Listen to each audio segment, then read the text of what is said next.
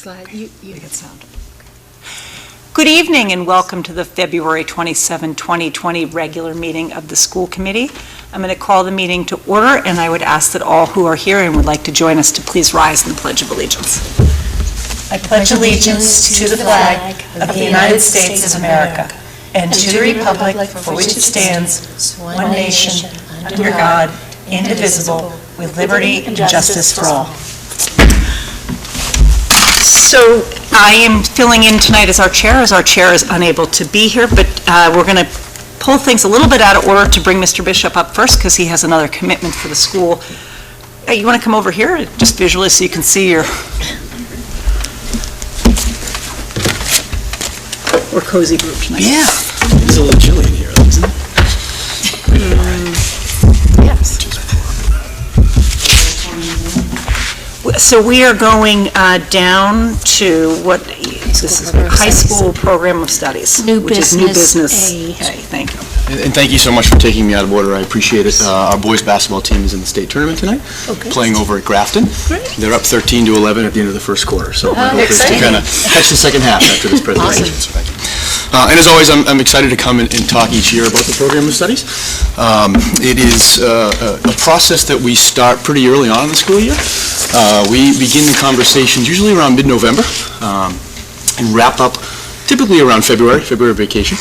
And I meet with building administrators, meet with SMLs multiple times, teachers, and of course students. We always want to get their feedback in the process. And we kind of do what I call an internal audit, so to speak, with each department, where we talk with teachers and SMLs about the vision and the mission of each department. Are we meeting state standards? What's working? Are we offering what students want to take in each one of these disciplines?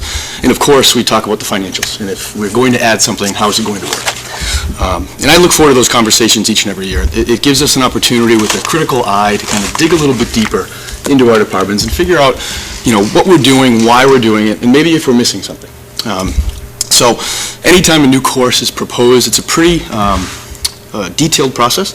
Teachers need to submit a course description, and we kind of go through that. Not every course is approved through this process. Oftentimes we say it might not work next year based on a variety of different reasons.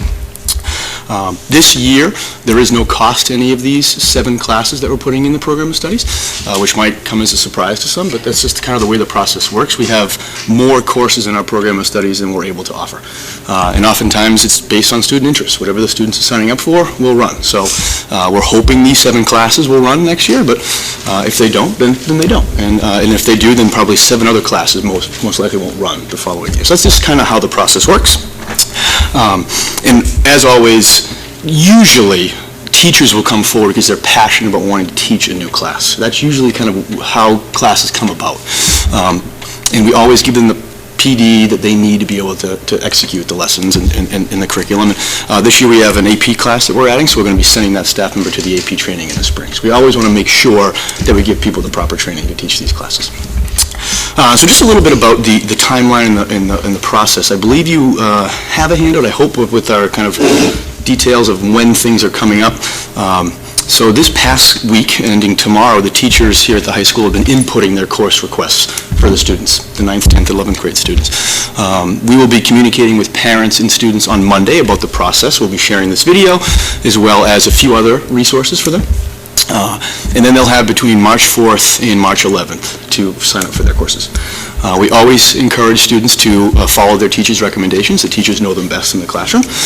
But if a student does disagree with their placement, then we do have an override process. And so that deadline is on March 13th, which is 2 days after the course selection process. On average, I was looking back over the years, the last 3 years, we have about 250 override requests per year. So as you can imagine, that kind of takes quite a bit of time. Not 250 students necessarily. There could be one student that has more than one override request. But just in general, I wanted to give you a sense of how many requests that we do receive when it comes to the override process. Not every one of those is approved as well. They meet with the SMLs for each different department, and sometimes we'll meet with the assistant principal as well as part of that process. And then basically after that, our counselors and our Linda Henderson, our data manager, really step in and kind of develop the schedule. I'll meet with counselors in Linda to talk about what courses we might not want to run for the particular year based on enrollment.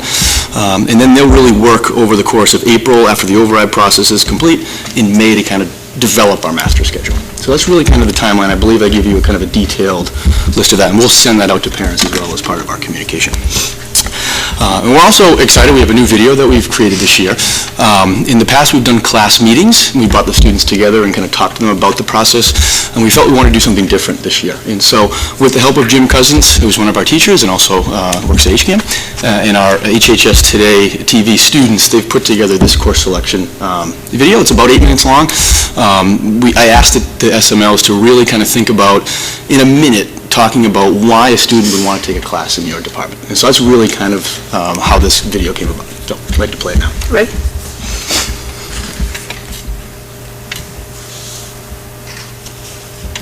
What's up, HHS? Believe it or not, it's course selection time for next school year.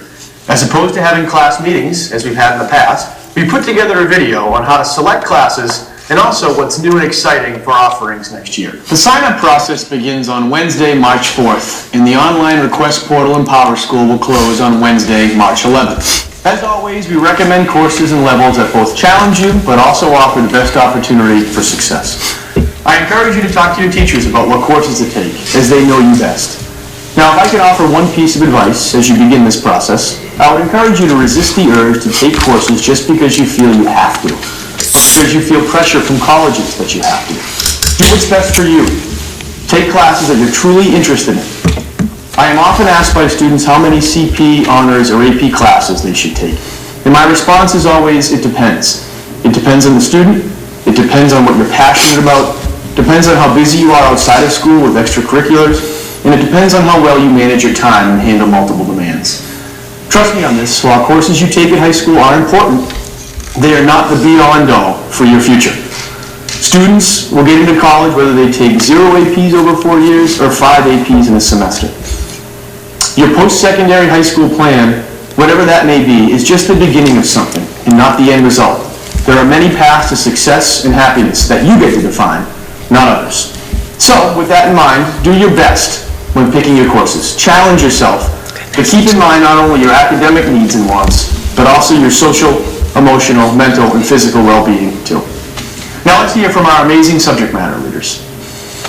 In the History and Social Science Department at Hopkins High School, we care a lot about the social and emotional growth of our students, and we really work to systematize that in our daily practices. We have a 3-year progression of courses that are mandatory, and we have a wide array of electives that I think you might find quite interesting. But mostly what we care about is nurturing an environment in which you feel safe and comfortable, but also one in which we remain open to changing our minds, teachers as well as students. We really care a great deal about you as a person, and really look forward to having you in our classes. So please investigate that program of studies and look to see what you might like to take in history and social science. When you take a science class, regardless of grade or level, you will learn skills that you can use beyond the science classroom. Through computer-based experiments, dissection, inquiry-based laboratories, and independent science projects, students are provided with a range of opportunities for science exploration. When you learn about science, you will become a better problem solver and critical thinker. You will work collaboratively with others and share your ideas. You will be able to support an argument using evidence. But most importantly, you'll have fun. The science department is filled with caring and compassionate teachers who are dedicated to creating learning environments that are engaging and who will challenge you to do your best. What science class are you going to sign up for? We're going to offer 2 new courses this year. In mathematical modeling, you will look at a set of equations, formulas, and applications to model real-world situations. The statistics of sports class looks pretty interesting because you're going to be analyzing statistics for professional teams or your local HHS teams. We're going to be running an honor statistics class if you're looking for to be a STEM major or a business major, or if you're just a student who likes math and wants more of it. We have band, symphonic band, concert band, mixed chorus and treble chorus, orchestra, guitar class, and we're starting a new class next year, sort of a music theory, composition, and songwriting class. These are all great electives to take, and we invite anyone, even if you haven't played in a long time or sang in a long time, or even want to learn how to play guitar, or you're a songwriter and you just want to get things down on paper. We invite you to come and take some classes in the music department. In the English department, the focus is on growth as readers, writers, and thinkers, and you will have the opportunity to develop and demonstrate these skills. You will learn how to interrogate the narrative, a skill you will need as you move through the world. You need to be able to collaborate, effectively communicate, think deeply, and write well in order to meet the demands of our ever-changing world. Students at HHS can also choose to take an elective from the English department, ranging from literature, creative writing, journalism, nonfiction, mythology, and film courses. Please choose to take more than one English class in your journey through high school. In business technology and engineering, you're going to have a great time. The skills that you'll learn in our department are fantastic. They're transferable skills, such as soft skills where you'll be able to communicate well with other people and work in teams, as well as being able to solve problems that have a tremendous impact on our world. While you're working in our department to develop these skills, you'll have access to fantastic tools and resources that are used in industry. In television, you'll be able to use editing software that's professional grade. In engineering and robotics, you'll be able to use materials and fabrication tools such as 3D printers and laser cutters. In computer science, you're going to use compilers that are used at a professional level. And in business, you'll engage in entrepreneurship projects that simulate exactly what you'll do in business. We always say down here that in other courses, people enjoy the classes, but after school, when you come down in the C wing, you'll find that people live down here. 你好，我是曹老师。Bonjour, je suis Madame Wetterlow. Hola, soy señoritas. We represent the World Language Department at the Hopkinton High School. There are many reasons to take a world language, and we're here to give you a few of the best ones. Knowing a world language gives you a competitive edge in career options. Learning another language is linked to higher academic achievement. World language study expands your worldview and your understanding of cultures and beliefs that may be different from your own. Studying another language creates deeper interest in the arts, such as film, literature, and music. You may graduate with the seal of biliteracy on your diploma. Please check out the details on the District website. Language learning takes time. It takes lots of practice and serious dedication. So choose the language that is most interesting to you and stick with it. Dedicate yourself to learning another language. Become a global citizen. At Hopkinton High School, we value your well-being, and we know that students who are healthy and physically active do better academically. Our goal is that you become physically literate, you have the confidence and the competence to effectively participate in activity. It is also extremely valuable to us that we help you find balance in the day so you can enjoy good social and emotional health. You learn about physical fitness, about nutrition, communication skills, substance abuse and addiction, human sexuality, and healthy relationship. You want to learn how to dance, you want to learn how to defend yourself, you want to participate in some outdoor activities, you want to learn how to officiate a sport. We've got a little something for everybody. Taking a class in the art wing is for everyone. It's a place where everyone can flourish. The arts allow free thinking and allow you to develop your personal voice. They also challenge you. We have something for everyone, from photography to ceramics to art history to painting and drawing. Technology is also infused throughout our curriculum. I encourage you to try something new and take a risk next year. If you'd like more descriptions of our courses, check out our webpage where you can also see examples of student work, hear from our students, and see examples of our curriculum. We are also really excited to offer a few new courses next year, including Aeronautical Engineering, a class called The Science of Happiness, AP Macroeconomics, an Adobe certification course, and we also have Sports Analysis, Mathematical Modeling, an Intro to Music Theory Composition with a songwriting component. Now, we encourage you to read through the program of studies and take full advantage of the opportunities offered here at Hopkinton High School, and to select the right academic program for you. If you have any questions about the process, please see your school counselor. Thank you, and good luck. I like it. Thank you. Very good. Yeah. Jim did a great job, and the kids who helped him out, we really appreciate their efforts. So that'll be sent out to parents and students on Monday, along with the program of studies, kind of the how-to guide of how to operate Power School when signing up for classes, as well as our time management worksheet, which is new. We've come up with this with collaboration with Challenge Success, and it's basically a document that we're going to share, and students don't have to use it, but we're going to encourage them to use it, for them to kind of put down how they're going to allocate their time. And it's a worksheet that kind of talks about how much time do you spend at school, how much time on homework, extracurriculars, unstructured time, as well as sleep. And you kind of average out how many hours you have in a day and in a week, and making sure that you are kind of setting up yourself for success based on the time that you need to spend on all these different things. So that's new this year as well, in addition to the video. So. Could you share that worksheet with the school committee when you're ready to publish it? Yep, absolutely. Yep, absolutely. That sounds fabulous. Yeah, so we're excited about that. So I did mention the new courses. I know that you have the memo in front of you as well. There are 7 new courses that we're hoping to add. Intro to Music Theory with composition, with the songwriting component. We're able to use, which we're excited about, our kind of mobile recording studio that we received as part of our substance abuse grant last year, which we're excited about. So that'll be part of that course. In our business technology and engineering department, there's going to be multiple classes we're adding. You heard AP macroeconomics, aeronautical engineering, which really came about because of our drone club and that excitement that was building, and Mr. Ghosh and Mr. Scott kind of collaborating together. So we're really excited about that course.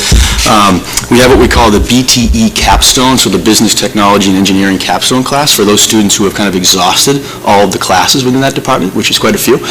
So they'll be working on specific projects, those students that have taken computer science A and computer science principles, and that will be taught by Mr. Scott. You heard about the 2 different math classes that we're going to be offering for some different options for juniors and seniors. Try to have some fun options for them in the math department, in addition to calculus, pre-calculus, not that those are not fun, but just different options for students. In the Adobe certification class, which we're excited about, so they're actually going to be able to walk out of that class pending the exam at the end with the certification for Adobe. Awesome. Yeah, which is really wonderful, and Ms. Jeannie Colin Jr. is going to be teaching that class. So those are the new additions. I mentioned the Science of Happiness. That's the old stress management class. We've done some research and wanted to kind of change the title and change up a few things on that. So we've done some research, and Karen Reno has been wonderful. So that's not a new class, it's just a kind of a change of an existing class. So. It's a great title change. Yeah, it is, isn't it? Yeah, I love that, yeah. So that's really kind of the changes and some of the additions to the program of studies, and I'm happy to answer any questions that you have. That's great. Looks fabulous. So I agree. I do have a comment from our chair, Mina Barath, who is not able to be with us. She said, I am, with regard to the high school and the middle school as well, program of studies, I am most excited to learn of the thoughtful courses which always make me want to enroll. I have to echo that. Mathematical modeling sounds very exciting. I am fully supportive of the request brought forth. Okay, so that, if there are no other questions or comments, I would seek a motion to approve. I'm sorry, were you going to? No, I think it looks great. Oh, yeah, I think it looks great as well. Seeking a motion to approve the 2020 to 2021 high school program of studies. So moved. Second. Okay, all those in favor? Aye. Aye, it's unanimous. Thank you so much. Excellent, thank you. Good luck Again, to thank you so much for moving around the absolutely. agenda. I really appreciate that. And I will Like share your with you the, basketball. I know, yeah, and I'll share the time management worksheet with all of you. That's great. Thank you. Thank you. All right, go Hillers, right? That's great. Do you want to go back? Sure. Let's do that. So, Mr. Keller, would you like to come out of order and come up since we've just finished with the high school? Call you a little early if you're okay with that. So that is going to bring us to new business, item B, or you can go B, C, however you want to do it. You want to do your program of studies first or your stipends? Program studies, preferably, if I may. Yes, absolutely. Thank you for having me. The 2020-2021 Hopkins Middle School program of studies is included. We made a lot of formatting changes this year, not an extensive amount of content changes, but I'll mention the ones that I put forth in the memo to Dr. Kavanaugh. The first is our grade 6 health class. We looked at our curriculum, have been looking at our curriculum, our health curriculum for some time. I felt like grade 6 was an area of an opportunity for growth. So Karen Renaud, who you just saw in the video, by the way, my video is having technical difficulties, so I won't be showing that tonight. But that was impressive from Mr. Bishop and the crew. But so Karen Renaud, who's a subject matter leader for wellness, had been working with Stacy Place, our health teacher, as well as the health teachers at the elementary level, and began looking at this Jesse Lewis Choose Love curriculum program. Jesse Lewis is one of the students who was killed in Sandy Hook, and so his mother and a group of educators began putting together this curriculum, which is focused on safer schools and delivering to students life skills that are essential to happiness and success. And this program, they were very impressed with this program, and it aligns nicely to our district strategic plan around social and emotional learning. So we're implementing that. Physical education course, so in grade 8, students in physical education have the opportunity to take part in electives, and that's been in place for at least 10 years. Those electives have never actually been part of our program of studies, so this year we felt it was important to get those into our program of studies, so you'll find those now included on page 21. And for the past 2 years, we've had a program called Math Squared. This is a program that was for our students who struggle the most in math, and over the years in having conversations with students, with the staff at Hopkins in our transition meetings, they felt as though, as did we, that this program offered them an opportunity to get caught up. So it has had some success. However, there are 2 reasons why we're getting rid of it. The first is that we, in our initial transition meetings with the staff at Hopkins, they felt as though they did not have any students for whom this class would be needed. So that's a good thing. And then the second piece is, the past 2 years, students who have been in Math Squared are missing a related arts class. And so that's been a tough situation, both in terms of parents and students, and ultimately we feel as though one of our strengths as a middle school is our rich offerings in related arts and giving students the opportunity and exposure to those different skills and classes. And so we're looking at a variety of other ways. So we have a foundations class in our program of studies that we can enroll students in that will take the place of some of those pieces, and those will be able to get the related arts courses. So we're dropping Math Squared for that reason. The next item on here is our social studies course in grade 7 is changing. So in 2018, Massachusetts released its new social studies standards. This year in grades 6 and grade 8, our program has changed. Grade 7 did not, and that will next year. So the sequence is in grade 6, World Geography and Ancient Civilizations 1, which a current grade 6 is taking.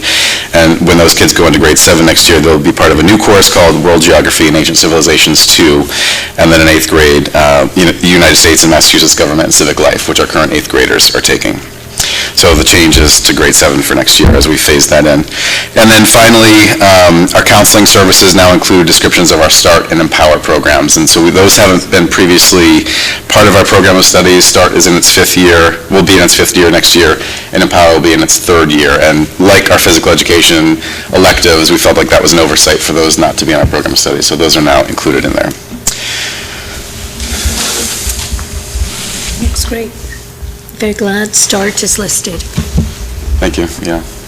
Yeah, I thought it looked great, and, we had some exchange on email, but I just want to point out that how happy I am that the math curriculum seems to have, over the last decade or so, there have been some different pathways, and we've been very stable for a few years, and I had inquired about the success. It seems like we're in a really good place with the new 8th grade options for algebra, giving kids choice to be in the right place, and then when they go to high school, there are ways to move to different pathways. If you start at one pathway, you can double up on a math, and I do know of many students who have done those kinds of things successfully.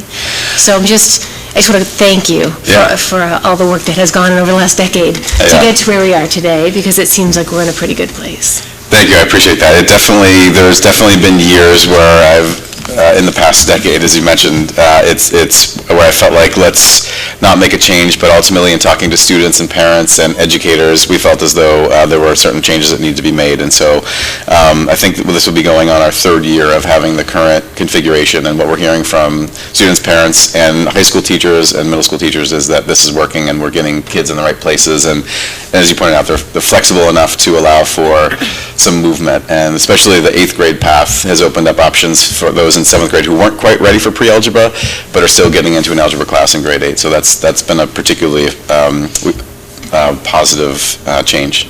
It's exciting. It's exciting to see that it's working well. So yeah, thank you for noting that. And it's exciting to see how sophisticated it is compared to when I was in middle school decades ago, that you offer these fabulous technology and engineering courses for 11 and 12-year-olds. It's a wonderful beginning for them. It is. For those who have that Yes. talent and interest. Yeah, and that's definitely, there are kids who come in with a lot of experience, and so I think we're meeting their needs, but also students who have no experience whatsoever and are kind of getting their appetites wet. And then, we have our Robotics Club that has, I think it's about 96 kids enrolled in it, so we're definitely meeting the needs, and a ton of credit. Dr. Cavan and I were having a conversation today. A ton of credit goes to Doug Scott, who's done some fantastic work. Yeah. Yeah, no, I mean, I never thought I'd say that middle school looks intellectually exciting, but it does. Thank you. It has certainly changed quite a bit from back in I went to a junior Back high. in the day. We're showing our long teeth now. So, again, Ms. Baroth did express support for your program of studies via email. If there are no other questions, That's great. seek a motion to approve the 2020 to 2021 middle school program of studies. So moved. Second. All those in favor? Aye. Unanimous, and it is passed. And then you have some stipend requests. I do. However, I am going to look to Dr. Kavanagh, because unfortunately I did not bring that in front of me. I apologize. Okay, I'll tell you what it is, and Okay, you can thank you. describe it. So, Mr. Keller is looking for $500 that would be paid out of the Drama Revolving Club for a That's choreographer right. for your HMS Spring Musical. Yeah, so this, our spring musical has some complex and complicated dance moves, I'm told. I am actually in the musical, but I will not be taking part in any of the complex dance moves. But, so our director, Allison Porter, has asked if we could hire a choreographer, so that's what that is related to. And that it's coming out of the Drama Revolving Club, so it's of no cost to the district. Yes. Seems like a no-brainer to me. So I would seek a motion to approve that then. So moved. Second. All those in favor? Aye. Thank you. That's exciting. The middle school drama program, I think, really is an area of pride for our district, comparable to other middle schools in the area. Absolutely, yes, it has been. Good question. All right, and your other one is Magic Gathering Club stipend, which would be replaced by Chess Club stipend. Yeah, so Chess Club, the teacher who has been running Chess Club for the past several years decided that he wanted to go in a different direction this year. So he took over our recycling club, and so we had an opportunity to replace it with something. And so a lot of students, I'm not sure if you're familiar with Magic the Gathering, but a lot of students are really excited about Magic the Gathering. So Mr. Casey, who is our school psychologist, has been meeting informally with students. It is a card game that I guess I could best compare it to Pokemon. And so students have been really excited about it. Mr. Casey was able to get a bunch of free deck sets from Magic the Gathering Company, and so that is the request. He's got about, I think, 9 students right now who are very excited about it. That's great. Yeah. That's great. And I will also note that Ms. Baroth expressed support for the stipends as well. Oh, thank you. I appreciate that. I love the diversity of the after-school programs, and there's something for everybody, and I think the idea of finding a place for kids to stay after school in the school community and socialize and, do whatever it is that they're interested in is phenomenal. Yes. So, connecting with the school outside of class, I think, only breeds success, so Yes. it's great. Great, thank you. So I would seek a motion to approve the Magic Gathering Club stipend to replace the Chess Club stipend. So moved. I'll second. All those in favor? Aye. So moved. So your stipends Thank you very have been much. approved. Thank you very much. Thank you for helping me out there. Anytime. Thanks for coming tonight. Of course, thank You're you free very to much. stay, for of course, for the everything. rest of you. I appreciate that. Or you can watch on HCAM. Thank you. Have a good night. You too. Good night, Ellen. We're going to circle back. So that brings us back to recognitions. I don't know if anybody had any recognitions for this evening that they wanted to share with the community. If not, we can go into public comments. Is there anybody here from the public who would like to make a comment? Seeing nobody coming forward, we can move into the superintendent's report. Okay, did you want me to run through Mrs. Rodmick's report very quickly? Oh, I did not realize you had, yes, go ahead. Yes, so she can't be with us tonight, but she did ask me to run through this very quickly, and That would be great. I mean, I think that we are accustomed to looking at this. In terms of the payroll account, we are running in the positive in personal attrition. In the column changes, less than, so where teachers were expecting, I think, to do lane changes, we are ahead of place because that is currently less than what had been budgeted, and the salary reserve is also positive at $23,836. Naturally, we had a number of positions that we added after the budget process in the amount of $313,818. So currently, if you take a look at the payroll accounts, it's running in the negative at $124,369. In expense, we are doing well in terms of our out-of-district tuitions. They are running ahead at $145,724. There are also some things running in the negative there. School committee legal, equipment repair and maintenance at the high school, special education home tutoring, special education contracted services, homeless transportation, and miscellaneous. Those are very, very small amounts, but currently our grand total in our variance is at a negative $50,906. Okay. Knock on wood. Knock on wood, yes. All right. Thank you. So I will go quickly also through my report. I don't have a whole lot more since Monday, but I did want to share with you some of our celebrations around STEAM. That great big picture that you see on the opening page, those are all of the students who took part in the science fair this week. I will also be showing you some enrollment data and a little bit of budget update, and we've already gone through the high school course selection video. So just some of our STEAM events. We had STEAM Night at the Elmwood School that took place on February 12th. As usual, there were so many families. It's really a lovely event, and I have to thank Mrs. Carver and Mr. Deeman, but really I think that there are three teachers, Laura Halloran, Bridget Marzilli, and Beth Newton, who have been with STEAM sort of organically since we began, and this really has grown, I think really as a result of their efforts. The science fair was here on Tuesday. The students that you see in the upper right-hand corner, those were our sort of student winners, but as we like to say, all of our kids gain something and win something as a result of their participation.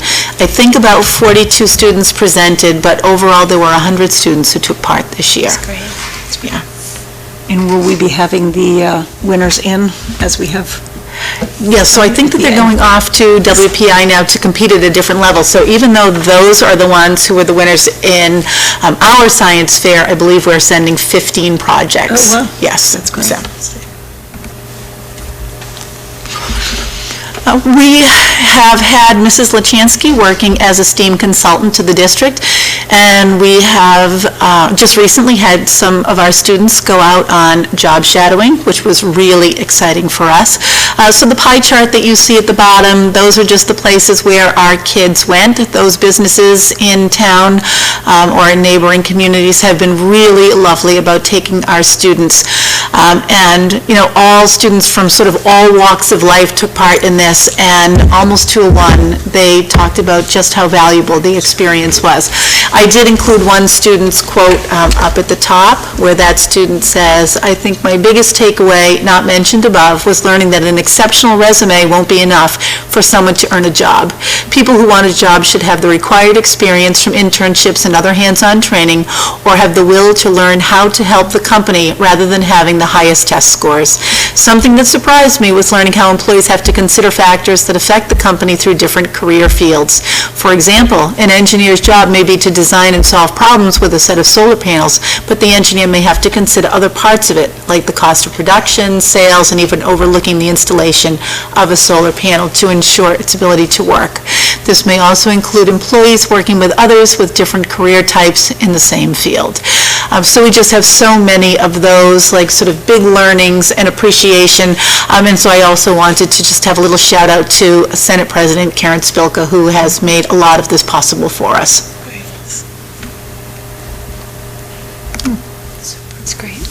Yeah, it was really exciting. In terms of enrollment, this is very exciting. We hit 4,000. 3,999 today.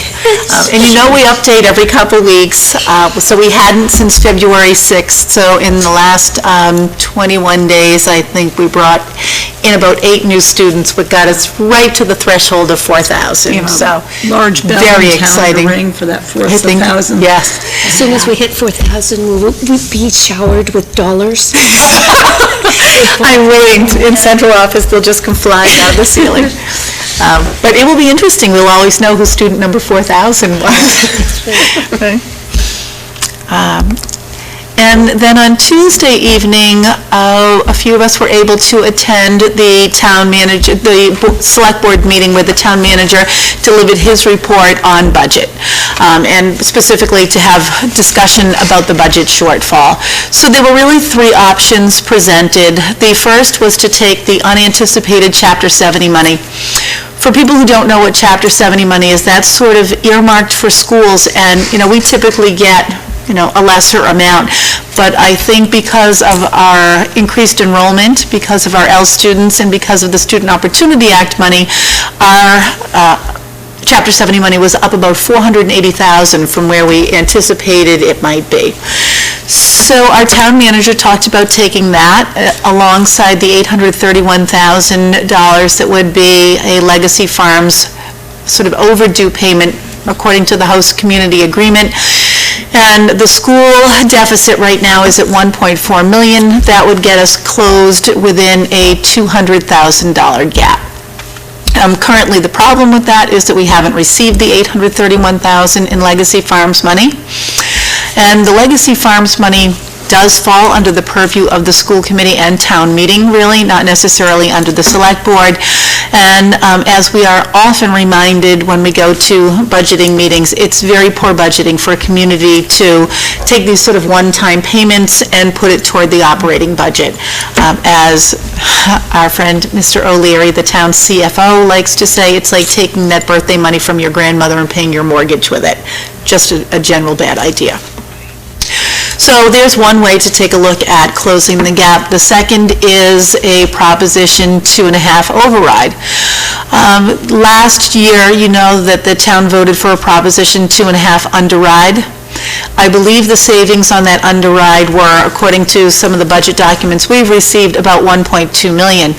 So if we take the $1.7 million, that is the deficit for all of the municipal entities, not just the schools, and we take away the almost $500,000 that we received for state Chapter 70, we're still $1.2 million in the hole. So right now, it seems like the savings from last year have become a cost for this year. And then option 3, the schools and other municipal departments work on trimming their budgets. Just to be very clear, where the schools would be if we subtracted the $500,000, almost $500,000 in Chapter 70 money from our shortfall, which is $1.4 million, the schools would still need to cut $900,000, and the rest of the town would need to cut $300,000. A $900,000 cut to the schools would result in huge class sizes and truthfully diminished services and programs. But in a budget meeting today, we were reassured by the town manager, really, that he is not looking to ask us to make $900,000 worth of cuts, so we can feel better about that. All right, and the only other thing that, I am thinking about budget is that I'm starting to feel like decisions will need to be made so that our building principals and central office administrators can really start to plan for 2021. It was different when we were talking in January and in February, but we are on March's doorstep. So it is time for us to think about our budget requests, our current teachers, and the programs that we offer. And my last couple of pictures there are just some winter doings at the middle school. I believe that we just had the boys' basketball banquet, so you can see them enjoying a banquet together.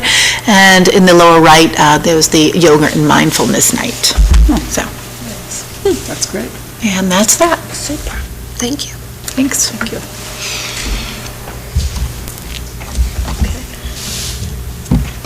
So then that brings us into the school committee chair report, and the school committee chair has approved payroll warrant 20017. The warrant has been included in your packet, and has approved warrants 20-041 and 20-042, also are in your packet. I also attended the Budget Advisory Committee today in Mina's place, just so that I could accompany Dr. Kavanaugh and report back. There's, beyond what was at town meeting, there really isn't much to report, but they will continue to meet every week until we get through this. So, any liaison reports?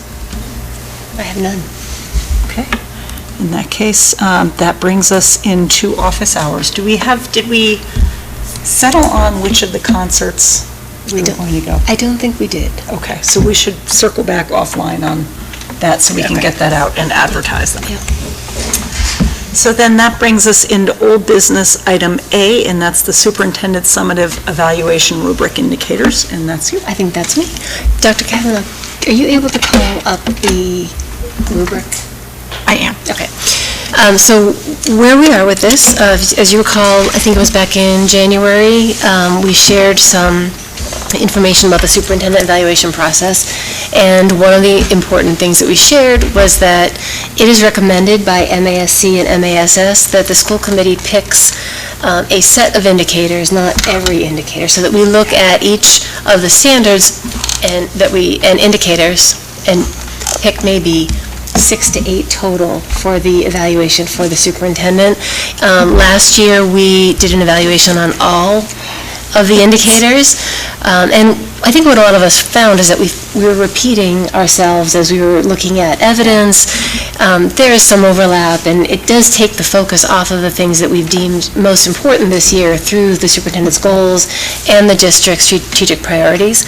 So by kind of stepping back and looking at the strategic priorities that we had, Dr. Kavanaugh had developed last year, and looking at the goals for this year, maybe taking those two main elements and trying to pick a subset that we can agree on so that we give substantive, meaningful evaluation feedback on the things that we've deemed critical for this year. And the one thing I'll say that came up in the training, or was orientation of this process, was that if there is another indicator that throughout the year, after you've picked a subset, something else comes up, you can note it and highlight that for the following year. So it's not to say that, you can kind of keep an eye on everything, but you can always put off and add that into next year's evaluation. If it's something that comes up and you think, I'd like to give some feedback, you can give informal feedback, you can document it, but you can also put it in the following year, which brings us to where we are today. So up here we have a shorthand look at the 4 standards, and then under, what am I looking at, Dr. Kavanaugh? Under each, so 1A, right, so and then each of the indicators underneath. So when we refer them, like 1A would be standard 1, instructional leadership, A would be curriculum indicator. So I don't know if you've all had a chance to look at these at all, but one way we can go about this is Dr. Kavanaugh took a pass at what kind of bubbles up when looking at the strategic priorities and her goals, and maybe if you could share that. We could start with that as a base, and then if people want to whittle or add, we can go from there. Sure. Does that make sense? Yep. I'm going to have to dig them out of this laptop, though. Oh, sorry. No, that's okay. So, I have them while you're going through that. Sure, that would be fine. So, just ask for clarification. So ultimately, what you want us to do is kind of choose 2 from each column. That was my kind of feeling, 2 to 3, but, we can at least start. I think they should be evenly distributed. There should be probably at least 2 per column. If there's a third one in the column that really means something, then we can add that too. There's no hard and fast. It's just, again, to focus our work. So while she's pulling that up, I will just read what Mina has sent along. She said, I don't think we can go wrong with what we choose. In the end, it is an ongoing process. I care to see the elements which showcase our superintendent's vision, culture setting, ability to do more through delegation, conflict resolution strategy. I agree with most items circled in the rubric. 2 additions for the committee's consideration. In Standard 3, items B and D, sharing responsibilities and family concerns. With regard to the process procedure, my suggestion is to complete at least the individual member review process prior to the election in May to give outgoing members an opportunity to provide their respective feedback, having reviewed the work through the year. While some members may be re-elected, newly elected members will not have the perspective needed to perform an end-of-year review. Okay. I think for tonight, I don't think we're doing procedure yet. Yep. But we'll definitely factor that in when we come back with procedure. I think for tonight, we're trying to figure out which indicators. Dr. Gavin, I have them. If you want to just pull the chart up, I can highlight them once. I have what you sent out. Okay. I can talk to it if you want. I think I've got it right here.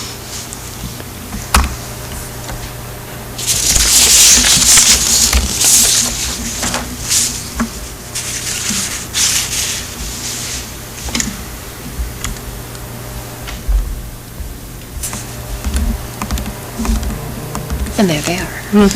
Okay.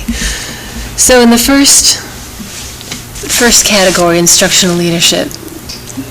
Not sure why I just did that. There we go. Sorry. Effective and rigorous curriculum units. And that kind of aligns with your goal 4, which I had called up.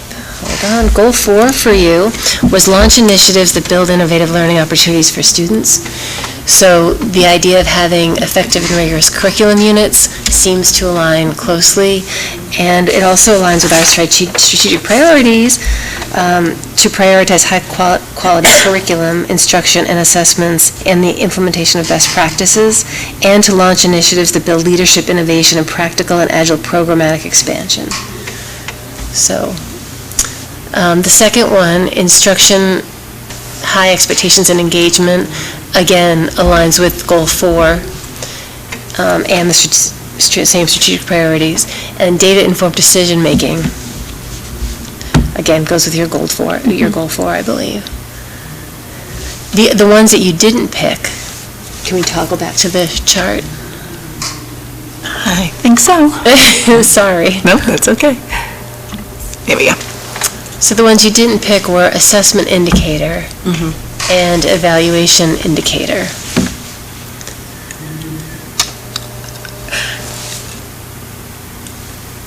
Yes, and I think, so something like D, the evaluation indicator, observation and feedback performance ratings, those sorts of things. So as superintendent, I am responsible for the evaluation of all of the directors who work in central office, as well as all of the building principals. So that's work that will just naturally happen, I think. And I think another thing that's interesting about C, the assessment indicator, because of E, data-informed decision-making, there's almost a natural use of some of those assessments. So for example, just the other day, Mr. Ghosh and I were talking about, our PLCs and the degree to which teachers take all of the data that we have. So for example, with elementary reading, you might have BAS data, QRI data, STAR reading data, MCAS data, just locally developed reading assessments, all of that. And then, the question becomes, how is it that teachers are making adjustments to practice? So if you find that child who's struggling with reading and you know it because you've got all of those various metrics, what about C2, adjustment to practice? So we do think that that's happening, and it really does happen, I think, at the building level, sort of under the supervision of our principals. So I think just for me, it almost made better sense to do A, B, and E, but I'm certainly open to discussion. I had picked A and B, like when I sort of went through it on my own. I mean, I'm happy to add E in if you want to personally. I thought A and B were squarely aligned with what I think you're doing. I don't know what you guys think. I thought the same, but I thought E would be helpful too, just to have that data. I would agree with those. The only thing when I'm looking at how many were on, it looked like we're going to need to pare some down in the end anyway, so maybe we could look, since we all agree on A and B, keep those, and then maybe keep E in parentheses. Yep. To see which ones we want to eliminate at the end. Yep, okay. So potentially keep E, but if we look between, we'll... So management operations, I think you picked A&E. Yes, I did. So we can maybe go back to the chart, maybe it's easier. Okay. So we've got, when I looked at it, and I think Dr. Kavanaugh said the same thing, environment kind of goes with your goal 2. And goal 2 was to continue to grassroots methods to build the repertoires of administrators, faculty, and staff with the hopes of ensuring greater social and psychological safety for all students. So really creating an environment in which we could be successful. So to me, the A makes sense. The fiscal systems kind of goes with your goal 1, which is to conduct an analysis of school facilities and develop a capital budget reflective of perceived needs, which clearly is a priority this year. So I thought these made total sense. Can I tell you something very exciting about 2A? We have just received, again, through Senate President Spilka's office, a $100,000 earmark for culturally proficient social, emotional, and mental health work. That's awesome. Fantastic. It She's has such to an be. advocate for Oh, us. she's wonderful. We have to spend it before June 30th, 2020. I bet we can do that. I bet I can too, yes. But it's been wonderful. I mean, we've been able to research, in the last week, Jen Parson and I have researched so many programs and, you know, just starting to call up teachers and, would you like to do this? Yeah. Well, and that really fits well with how we have been focusing on both diversity and social and emotional. Yes, learning. yes. I think we do a lot of work in D, in the policies, and the, I think, and you have brought forth some new policies this year as well around sort of gender equality and so forth.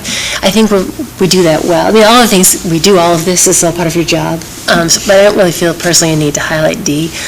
And C, sort of similar. B, we've talked about in the past about diversity in our hiring, and the reality of, and we try so hard, I think we're continuing to try to keep that as a goal, but I know that the reality of the candidate pool has limited our success. I looked a little at B, but I'm definitely comfortable with A and E. In B2, Mrs. Polnick, the HR director, has just put together, or she's starting to put together, a subcommittee to take a look at, issues of gender. Are we actually being, fair, equitable, sensitive to all people? As we look at things like the teacher contract, for example, what does that language look like? And that has really come up just recently. I think it's surfaced because of another issue around teachers and absenteeism, and who you're able to be out of school for and who you're not able to be out of school for, like with things like bereavement, family care. So that, I think, will be a really nice asset to what we're already doing. What do you think, Meg? I agree. I think A and E are the ones that we could probably contribute the most helpful response to. I mean, I think you've covered all of these quite well. But I think A and E seem to be topic of our conversation most of the time in most school committee meetings. I agree. Okay, so in family and community, standard 3, I think you picked B, C, and D. Yes. So, So B is sharing responsibility, and C is communication, culturally proficient communication, and D, family concerns indicator. So for, I had B and C. I personally, when I was going through it, I definitely think those are really important. They align with the strategic priorities a lot. I think we have priorities around growing partnerships between families and schools. I'm looking at the strategic priorities chart, which can be found on our website. But I think the sharing responsibility and the communications really are right on this chart. A lot of that is in our strategic priorities. So, and D, family and concerns indicator. I take that one a lot as your involvement in family concerns, like sort of one-on-one, which I think you do a very good job of, and you obviously do it every day. We can highlight it if you want. I don't know what you guys think. I Hi, Jen. thought that D is kind of folded into B. Pardon? To a certain extent. Family support and family concerns that I didn't feel like we needed to have family concerns as well. Right. It's fine. Mina had specifically mentioned B and D, but I can see also where I do feel that D kind of does fold into part of B there. In the role, there's no getting away from D. Right. You know what I mean? Right, there's not, It yes. is what we do all the time. Are there any you can get away with? It seems like they're all. Are we okay with not having A on here? That was the one that you left off. So if we're okay with the ones that you suggested, let's kind of move on and we'll come back and whittle the last few out. Okay, so the last standard is professional culture. You had B, C, and E. Yes. So cultural proficiency, I think links really nicely with your goal two, again, the one to build a healthy environment for learning for everyone. I think the C, the strong communication, really goes a lot with your goal three, to grow communication between families and the superintendent and grow relationships with elected officials. And the shared vision, E, right, is E, to me is something that we're talking about a lot with our new community engagement subcommittee, and sort of where are we going and where are we going with our enrollment projections, and it seems it's becoming really central to the work we're doing, even though it's not exactly called out in a goal or priority. So I'm okay with these three personally. What do you guys think? Yeah, I mean, I wasn't here for the beginning of your discussion, but I feel like if we're going to, what you just said sort of alluded to my thoughts. They all are part of the package, so it's hard to pick out a couple of them, and part of me feels like, I don't want to say I'm ambivalent, but I feel like the ones that we choose, I think, no matter what we choose, we're going to find some good things to highlight. So, I agree. Yeah, so I'm fairly open to if anyone feels strongly about something, I feel like, and all of them are, that's the reason why they're there, is because they're all important, right? Yeah. So if anyone feels strongly about pulling out a particular one, I'm open to hearing about it, because, yeah. So where we got to is we're looking at the ones that Dr. Kavanaugh had suggested reflect the priorities that she seems to be focused on. Okay. If we look at all of those, I think we come up with 11, and they kind of recommend 6 to 8. So in the areas where we have 3 per category, if we could pick 2, unless Dr. Kavanaugh wants to keep 11. I mean, we can keep 11. There's no hard, fast rule, but if we can go to the 3 categories that have the 3 and see if there's one we want to eliminate, that would be where we go next. Otherwise, we do go ahead with the 11. There seems to be no argument against. We're all happy with what you picked. So. Yeah. Okay. I really don't mind the 11. Yeah. Truthfully. It's still less than what you did last year. Oh, right? Significantly less. So, I mean, it's a break either way, right? Yeah, in terms of evaluation process. All right, perfect. Thank you. Great, so do we need a motion for that? I do believe it says motion is to specify indicators taken from the, so I think the motion would be to accept the 11 indicators as put forward. I will make that motion. Motion by Amanda? Motion by Meg. Second. Second by Amanda. All those in favor? Yes. Aye, and it is unanimous, and so carries. Thank you very much. Thank you. Thank you, Amanda, for all your work on that. I think it's great. I think we're moving into best practices, which is great. I think it'll be helpful for everybody. I feel like we're going in with a much clearer vision this year going into the evaluation process and able to focus on those smaller things. So I appreciate your work on getting us into the pilot here. And in the future, we'll bring back the procedure. Just to Mina's comments. Perfect, yes.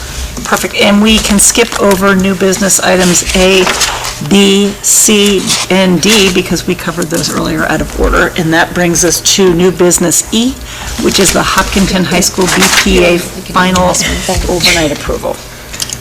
Yes. So yeah, didn't that just feel like a bonus? I know. At first I thought I only missed one thing. I was like, wow, perfect. But clearly I missed much more than that. Okay. Yes, we are looking for you to approve the Hopkinton High School Business Professional of America's Club attendance at the state conference. It is an overnight conference. They will be going to, I believe, the Sheraton in Framingham. And they are there from the 29th of February to the 2nd of March. Okay, sounds good. Any comments, questions, or do we have a motion to make the approval of the final HHS-BPA State Conference final overnight travel from February 29th to March 2nd, 2020? So moved. Second. Those in favor? Yes. Aye. Unanimous, That's great. and it so carries. That brings us into item F, which is the gift fund approval. Okay, this one's very easy.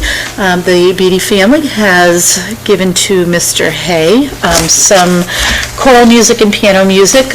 So, all of those kinds of sheet music are typically very expensive, and he's just looking for your approval to accept that gift.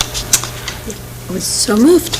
Motion by Meg. Second. Second by Amanda. All those in favor? Yes. Aye. Yes, Unanimous. thank you. Yeah. And carries, and yes, thank you. That's a very generous. And that brings us to item G, which is budget transfers. Okay, so Mrs. Rothermere is looking for you to approve these budget transfers. I will try to go through them as best I can. So I think you can see up at the top here, under the Hopkins School, it looks like we have overdrawn the principal PD and the Hopkins Professional Development Sub-account in the amount of $1,000, and it looks like she is just replacing that $1,278. The extraordinary maintenance that you see that Mr. Person needs apparently is coming from the systematic replacement of some hand dryers in the bathrooms. What you see in repair and maintenance is just very typical repair and maintenance, things like HVAC and boiler maintenance. And so you can see where that is overdrawn, right down there in high school equipment repair and maintenance. We have middle school office supplies. It looks like we just need to move $100 there. And Dr. Zaleski also has just a couple of things in special education transportation and special education contracted services. So just to confirm, all the transfers from the accounts that have a surplus are monies that those accounts aren't spending or they won't need. Correct. This will all just even out. All of those balances come to zero. Yep. Other questions? Okay, then I would seek a motion to approve the budget transfers as requested. So moved. Motion by Meg, second by Amanda. All those in favor? Yes. Aye, unanimous, and so carries. And that brings us to item H, which is transportation fees. Dr. Kavanaugh. Okay. So you know that last time we were together, we did have conversations about raising the transportation fee to $200 for a rider, and I believe we can capped that at $400. Tomorrow, the policy subcommittee, policy working group will be meeting, and we're probably going to be opening up the transportation policy. So I'm not really looking for any kind of a vote this evening, but I did want to have just a discussion around that tonight so that anyone who's home and watching has a sense that, yes, we're opening up the transportation policy. I want to do that with as much transparency as we possibly can. Okay. That's great. The only comment I had for Mina is looking for, to understand the context of the policy better, which will come as it gets opened. Yes, and one of the things, we've shared this with the teachers so that they are not taken by surprise, but we may like to next year be able to have just 2 tiers of buses as opposed to 3 tiers of buses. If you are at the Hopkins School now, you'll notice that we are sending out loads and loads of buses that in some cases have fewer than 20 students on them, just because they've got to get to the furthest reaches of town and then get back to do the Elmwood Marathon run. And then maybe some of the other things that we are looking at, just to be, again, very transparent, is, currently we allow students to have 2 morning buses, 2 afternoon buses. We may need to, sort of curtail the number of buses that each student is able to ride in a week. Because if I have 2 morning buses, it means that I'm holding a seat on this one and I'm holding a seat on that one. So, for some number of days in the week, there are vacant seats riding around the town, and that costs us money, so. feel like I can hear my inbox filling up. I know, you probably can, yes. But that's great to get that information out to the community. I think it's important. Discussion and transparency. One question I have is, I know that it takes a while for them to build the bus routes. What is the timeline that we're looking to get this brought back here from the policy committee? I would like to be able to bring it back, if not at our next meeting, the one after that. And we really are sort of on, that quick treadmill kind of thing right now, because Mrs. Fitzpatrick will start building those bus routes probably mid-March. I was thinking it was coming soon, Yes. and I was also thinking that we may want more than one reading of the policy, so Yes. not to put pressure on the policy Well, but subcommittee. also too, like, some of these changes are procedural, so they won't be affected by the policy too. So, for example, if we went to 2 tiers of buses, that's not in the policy. So we could, if we needed to fix that for bus routes, That could be done after. being quick about that, getting that turned around, that's separate. But yeah, we feel the pressure. We got it. And It is a just- priority sorry. policy right now. Yeah, exactly, it is. Just to clarify, so when we say 2 tiers, we mean 2 different starting times? One for the elementary school, one for Exactly. everybody else? Yes. Right now, we have 3 start times, we would be going to 2 start times. Because not everyone may speak tier language. Yes, You're right. thank you for the clarification. Just to follow up on Nancy's question, if we were to change the transportation fees, when would we want, when is our deadline for doing that, do you think? That would also need to happen pretty quickly, because it will not be long before we open up that online portal where people can start paying their bus fees for next year. And is that when people also submit their parking payments? Parking's later, I think. Yeah, I'm not exactly sure when. I think parking's May, and I only recall that because we had to turn it in like the day of the prom when my daughter was doing it. good, okay. But the bus applications, I think, are a little earlier than that. They are, April, yes. maybe. Yes. Early April, I almost went. They start then anyway, so that, and they have a window and then they close. And I believe that there are actually 2 tardy deadlines, so there's one that will happen, if you pay, say, for example, after June 1st, and then there's another that would happen if you, paid in August or whatever, so, yeah. Thank you for the heads up for everybody on that. Sure. So that brings us to item I, which is the website subcommittee survey results, and that is you. That's me. Dr. Kavanaugh, do you have the slide? I do. There it is. Okay, so this is a bit of an academic report out in that the website is clearly up and running, but we had committed as a subcommittee that we would come back after the site was up and running for a while, do a survey of users, and just get a sense of how well we met our objectives when we launched this project way back in 2018. So we did a survey, if we could just go to the next slide. First of all, where do we start? In October of 2018, we did a user forum, and we ran some users through various scenarios of activities that we do on a website, and we observed them, we took their feedback on what was working, what wasn't working, and we combined that with the results of a survey that we had done to the whole community, and the knowledge of the tech department about what we needed to improve, what was working, what wasn't working, what was actually legal and not legal in terms of accessibility and so forth. So we combined all of that together to come up with our requirements. And some of the things that came up back in 2018 were that there was too much insider knowledge required to navigate our site. There was a lot of inside lingo. So families who were moving from other towns didn't really know what the words meant, so they didn't know how to navigate because they didn't know what Sourcebook was, or they didn't know what HHS Today was, et cetera, et cetera. So another thing that came up was that we needed an effective site search. That was a very strong demand. People didn't want necessarily better navigation, although I think that always helps, but they said we can't search the site. If you ever tried to search the old site, it really didn't work.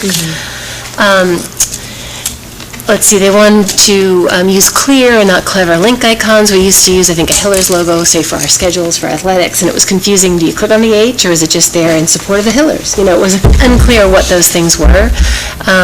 For the major content areas, people were looking for a landing page that explained the basics. Again, we have a lot of new families, so for families who've been here for a long time, this was maybe not a high priority, but new families wanted to know, what is the English department teaching? Or what is athletics? What is Tri-Valley League? I mean, there were some basics that people just didn't know. Most of the teacher pages on our old site some had links, some didn't have links, some links were active, some were outdated. Basically, it was like business card level information. So they were looking to simplify the teacher pages, and for district departments, make it clear for something like music. Is it music for the high school, or is it music for the district? It got confusing sometimes what part of the website you were on, a school part or a district part. So those are some of the basics from the user forum. Again, we combine that with our other inputs, and then we move forward. So if we go to the next slide. So we distributed a survey this past November. The site went live in the summer, and we did not have a huge response, which I think says that A, people are busy, and B, I think if people were really, really upset, we probably would have heard more. That said, even though there wasn't a huge response, I think there is something we can learn from the response that we got. The respondents spanned parents and employees and students, an administrator, and one student intern. Most of the respondents have been website users for more than 6 years. That comes up later because what we found was that people who are new to the district adjusted more easily, which kind of makes sense. People who have been here and were used to other ways of navigating have had a little bit more trouble transitioning.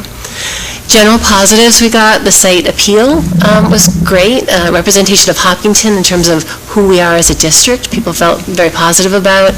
And there was an increased confidence in the content on the website, which really speaks to work that Mr. Ghosh and Mrs. Henderson have done, and their teams, and your administrators and the principals and their admins have worked a lot and are continuing to work on content. And that is an ongoing, the site is a living site, so content is living and it's ongoing. So we're still working on that, but people felt more confident in what they were seeing. The two main negatives that I kind of took away from the survey were the ease of finding information, which we're going to talk about, and difficulty learning how to navigate. So if we just move on. So finding information was question 7 on our survey, and we asked how well does the site meet your needs to access different types of information.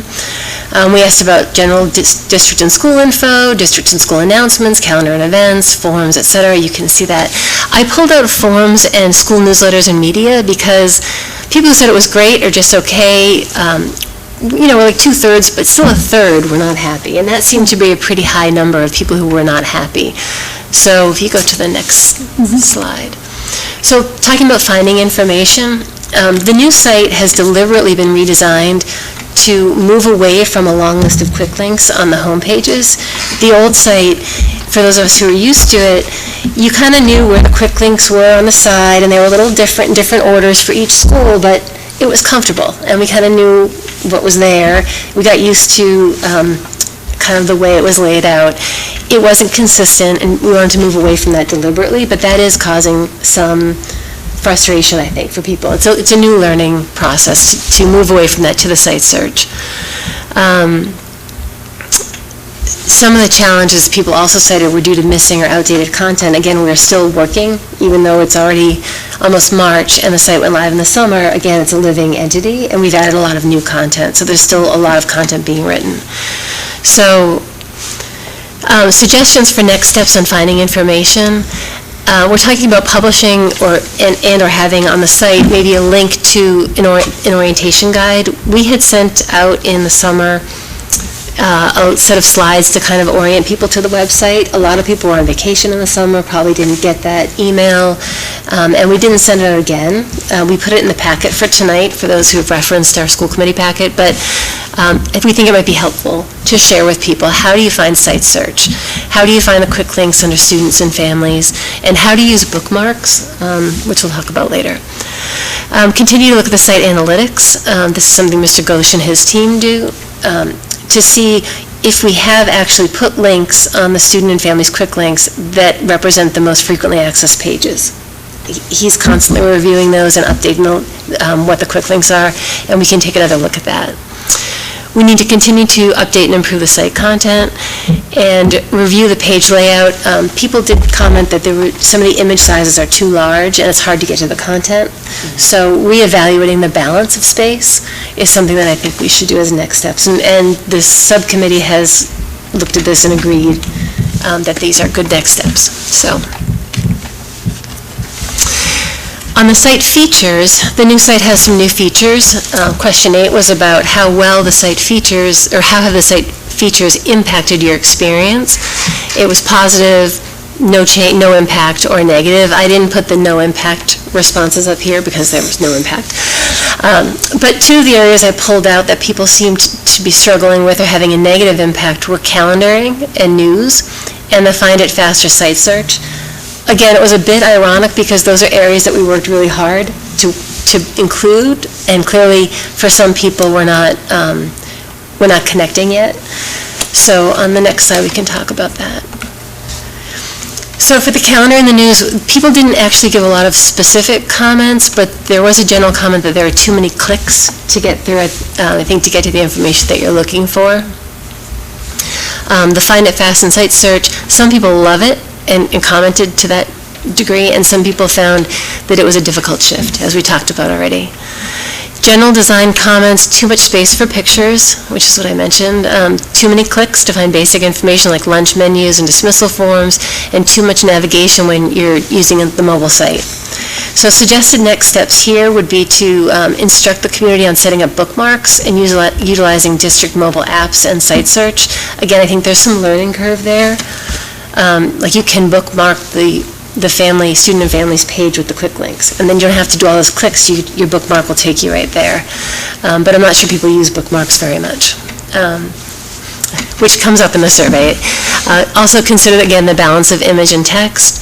And in the news section, we have a news section for schools to utilize, but again, this is a new feature, and not all schools are using it to the same extent. So I think it's, again, learning for the administrators and their staff to figure out how best to get news out with the news site. So I'd almost like to check back in a year and see how we're doing, because I think these are new features and we're just figuring out the capabilities. A quick look at who answered the survey. One of the questions is, when searching for information, where do you typically begin? A lot of people started the Google browser, 21%, site search or Find It Fast from the home page was 17%, menu navigation about 26%, etc. Only 0.9% use any bookmarks. So again, I think when you talk to Mr. Ghosh and other people who are happy users, they do make use of that technique. So this survey question kind of reinforced the idea that more training or education could be done. What devices do you usually use to access the website? Phone is 56%, tablet 17%, and computer 83%. Interestingly enough, the phone usage didn't really increase from our initial survey, despite the fact that the old site didn't actually really work on the phone. So I'm not sure how well we've educated people that they can use the new site on their phones. I'm not sure how much people really think to do that. I just found that interesting. So the summary is, in general, I think our new site delivers well in most areas that were originally raised in the user forum, in the survey, and areas that were known to the district administration, like translation, accessibility, and mobile. Most of the respondents are generally happy. Users who are comfortable with the navigation on the previous site seem to be struggling a little bit more on the new site. And we are continuing to update the log of sort of bugs and enhancements and areas for improvement. And as I mentioned, all of this has gone back to Mr. Ghosh. So one of the things I do want to point out about content, reminding people again that this is a living, breathing resource that changes and evolves daily as content is updated. We have put a webmaster and student data support person in our budget this year, and part of that person's job would be to be the webmaster, to maintain the content and take that burden off of our subject matter leaders, district department heads, and administrators.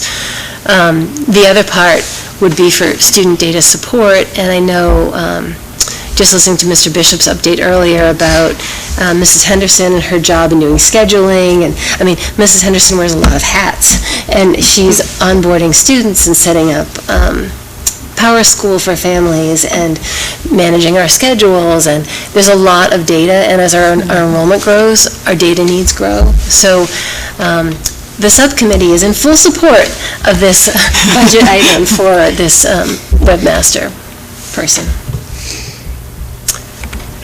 And just mentioning the subcommittee, I just want to thank the subcommittee. These poor people who were so generous with their time were recruited in September of 2018, and I am going to request that the school committee tonight disband our group. I think this is the end of our committed charter. But we had excellent participation from the district technology team, a number of content owners, and many community members, as you can see on our slide, who came to our meetings. Everybody on this slide contributed significantly to the work that we did, and I just can't thank them enough. So, that's great. So with that, I would like to ask the school committee to disband us, unless you have questions or comments or... It's been a huge undertaking, I know, and thank you to everybody you've listed and to you for really kind of spearheading behind all of this, along with Mr. Ghosh and everybody up there. It's certainly been a big change. Yeah, a good change. Yeah, you all put in a tremendous amount of work. Yes, and the sweat and tears and all that. Yeah, that entire group, and it is a fantastic website. The change, I mean, it does take a lot of getting used to, and it's awesome that you're reevaluating what happened and then thinking about how you could even improve on this improvement. Yeah. So I mean, but compared to the old website, I mean, this is like night and day. Yeah, it's amazing. Go ahead, no. I know some of the things that were bugs in the beginning have been worked out and improved upon. As I was thinking about just looking at the Find It Fast stuff in the beginning, some of the links didn't work, and I wonder if some of the people who didn't love that aspect of it had a bad experience before it was fully up and running. Right. Yeah, there is still, and I can tell you, there is still a fairly lengthy list of known improvements that need to be made. Again, it's just bandwidth for our tech department that does so much for the district. So they are known, many of them are known, but I would also encourage people, if you encounter a difficulty with the website, please email webmaster@hopkinton.k12.ma.us, and that will go to Mr. Ghosh and his team, and they will put those identified bugs and requests into their list. Their queue. And they have responded to things. I know people in the community have, things like the dismissal form being more easily accessible on the website. So and maybe it'll get solved faster if there's a webmaster to address it. Right, exactly. Yes, exactly. So you're looking for a motion I think we're done unless you want us to do more. I mean, I think we're good. Another website? I think we're good. No, you did a great job. Is there a motion then? So moved. Disband, second? I'll second. Motion by Meg and a second by Jen. All those in favor? Aye. Yes. It is unanimous, and you are so relieved of this tremendous amount of work. It was an honor. It was 2 years fun. Yeah, Thank you for doing that. Thank you. So that then brings us up to item J, which is the Student Opportunity Act update, and that is for both you and Ms. Barath, who has given me, do you want to speak first, and then I'll give her comment, or other way around? I'll just very quickly say, she and I did meet. We started talking about some of the data that might inform the things that we do with our Student Opportunity Act money. Today, Mrs. Parson also met with the Assistant Superintendent over in Medway, just to sort of see what they're doing. And Dr. Zaleski has also been thinking about some of the data from her department and thinking about how we might want to look at moving sort of the needle there as well. Yeah. Great. Looking forward to that. What Nina had to say was, I am most excited about this opportunity to review as a community what we can do with the funds earmarked through Student Opportunity Act. While the funding is not in millions, it is substantive for a fiscal year to make inroads in areas in which we definitely require work. The initial planning with Dr. Kavanaugh has been very productive, and I am eager to work further in this area. So thank you for that. And that moves us down into... Can I ask a fast question on that? I don't want to slow things down here, you guys are on such a roll. But my question, so I have a ton of resources, if anybody else is interested in this, looking at it from, I'm sure you don't need them, but if any of us need information about this act. But one of the deadlines seems like it's really close. April 1st, I think we have to submit our short form. Right. Yes. So do you feel like we're on board to meet that deadline? I think we'll be okay. Okay. Yes. Question. Okay, that moves us then into the community engagement group, and that is you, Dr. Kavanaugh. Yes, so you can see that we have taken that memo, and I did make another adjustment to it. Are we in old business or new business right now? I don't We are in know. old business. Old business, great. Down towards the bottom. Okay. So when I made the changes to that memo, I tried to do it bearing in mind the conversation that we had on Monday night. And, we can decide to put this subcommittee together tonight, we can postpone it. But what I did, I kind of kept the composition there, so when Mrs. Devlin and I met, we looked at the idea of including 2 administrators, the Director of Finance and Operations, Director of Building and Grounds, 3 educators, school committee member, 2 community members, a representative from the HPTA, a representative from CPAC, an at-large member of another town board or committee. And what I added after our conversation on Monday was either the town CFO or a member of the Board of Appropriations, because I felt like looking at that list, we really probably needed somebody who was living in the fiscal side that had been sort of glaringly missing to me after Monday. So that's what we have, the community engagement group. The tasks I left almost the same, except I think I did include that 4th bullet that says to make recommendations to the community regarding school building configurations, taking into account all available data. That first paragraph also changed up at the top, and that really mirrors the language we discussed on Monday. The community engagement group will be assembled as a subcommittee of the Hopkinton School Committee to work with a selected vendor to engage the community in the creation of potential campus master plans for our schools in response to student enrollment increases and other drivers in the town of Hopkinton. So that's where we are. So, question just in terms of looking at order here, are you looking to get this up and running prior to the town meeting so that we're ready to go looking at, to send the RFP out if it's approved? Or when are you looking to have the group start meeting, I guess would be my...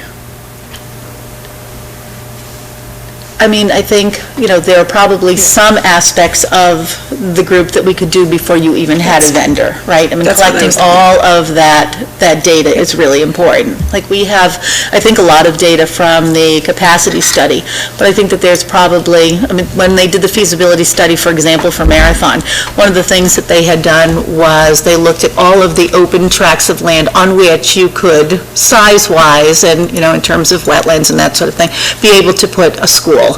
So maybe just gathering those kinds of documents would be super helpful, so that when or if town meeting actually approves the money and we put out the RFP come July 1st, we are just ready to hit the ground running. So I'm in no hurry tonight, but I think it makes sense to put that subcommittee together, long before July 1st for sure.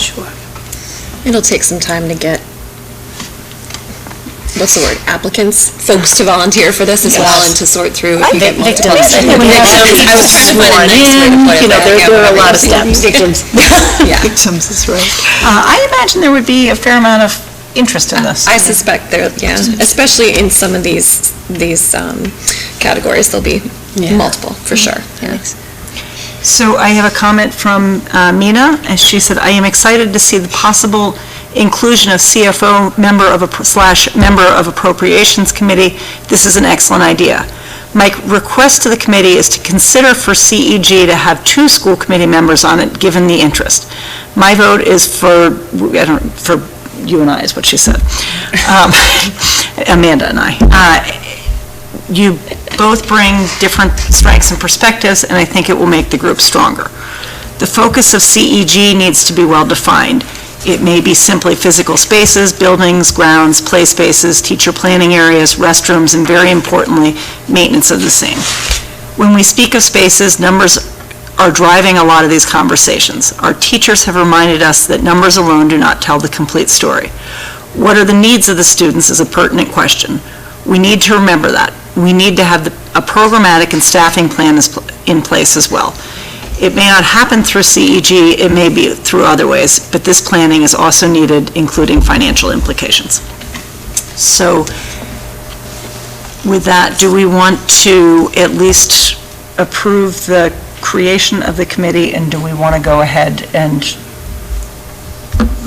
figure out how we're going to do it, or do we want to leave that for? I think it's a good idea to add another school committee member, because I know for the elementary school building committee, we had two. Right. It's nice to have a backup Right. and an addition there, so. That's a good point. I concur. And if you want to try to keep the, the committee itself, if you don't want it to get too big, we had, for the elementary school building committee, even though both of us would go, there was one voting member and then another member who was there to kind of contribute to the discussion. Not that I don't think that it'll make too much of a difference one way or the other, but just something to consider. Yeah. I didn't count all the numbers, but it's also nice sometimes to have an odd number of positions, voting people, so that you end up with. Ooh, if we have another school committee member, it would give us an odd number. So that would be another argument for adding a Yeah, person. so doesn't, so two But if you throw administrators me in the include mix, you? Are you one of the I would two be 16. administrators, or no? I hadn't thought of myself as one of the I two didn't know administrators. what was the intent, okay.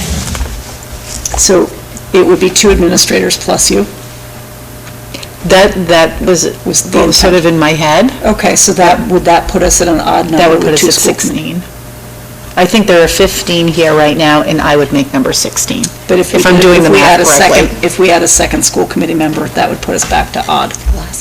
No, I think I counted two. So let's see, 2, 3, 4, 7, 9, 11, 12, 13, 14, 15 people.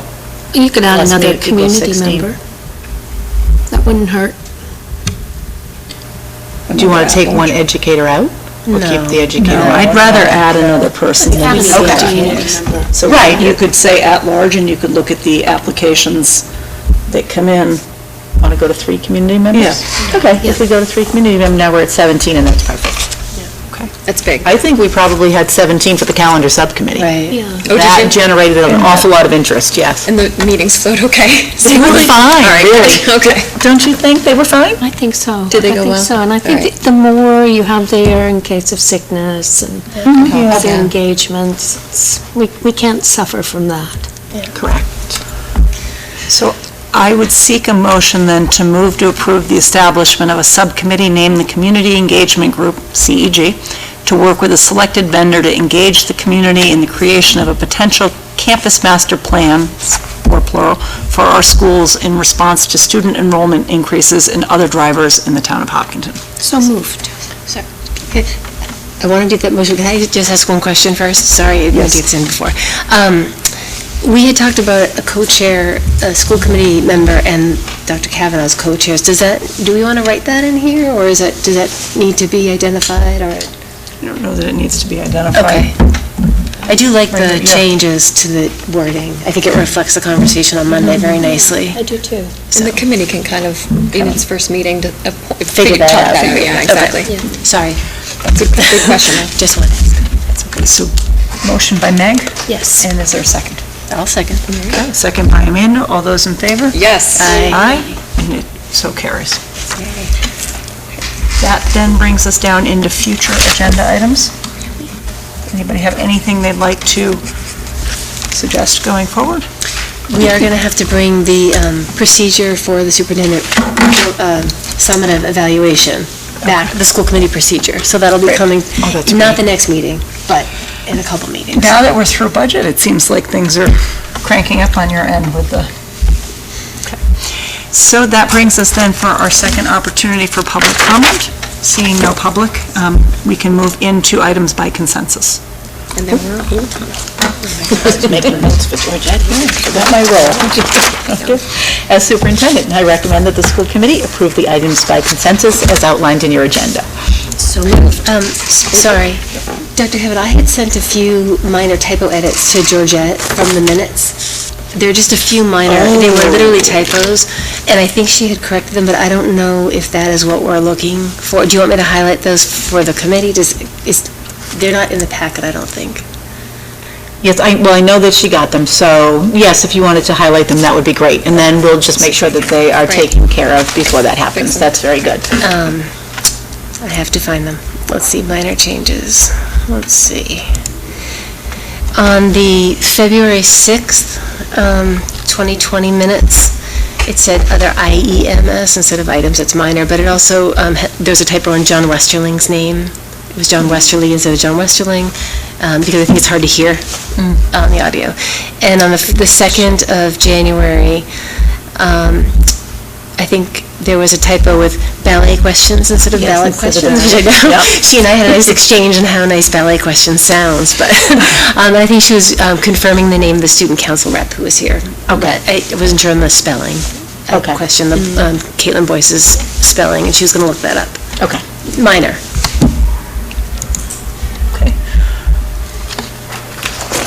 And that's good, because if all of those minutes get approved, they can go to the MSBA.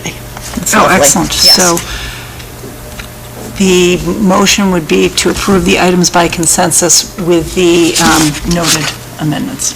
So moved. Motion by Meg. Second. Second by Amanda. All those in favor? Yes. So carries, I'm also an aye, and that brings us down to adjournment, which I do want to point out. We are an hour in 10, not that I'm being competitive with our chair who is not here, who we do miss. Well, we had a long stretch Monday night. We did, so- we did. Yes, we're making over. We already put our time in. Exactly. It all balances out. It balances out. So is there a motion to adjourn? Oh, so moved. Second? I'll second that. Second by Amanda. All those in favor? Yes. Aye, and we are adjourned this evening at 8:35 PM. Our next meeting is here in the high school library on March 12th, 2020, and our chair will be back with us at that point. Thank you all, and have a good night. Thank you.